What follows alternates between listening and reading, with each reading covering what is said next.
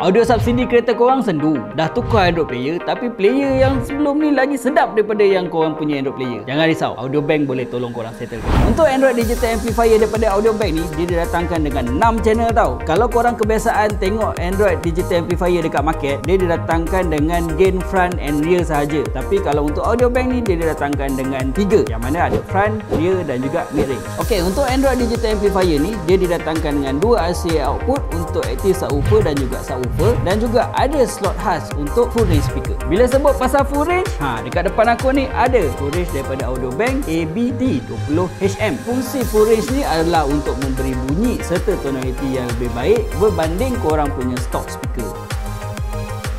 Dan juga korang punya Android Digital Amplifier ni boleh boostkan sound dan memberikan korang bunyi yang lebih padu daripada Android korang. So kalau korang minat untuk mendapatkan kedua-dua produk ni, korang boleh hubungi pihak Audiobank hari ni juga.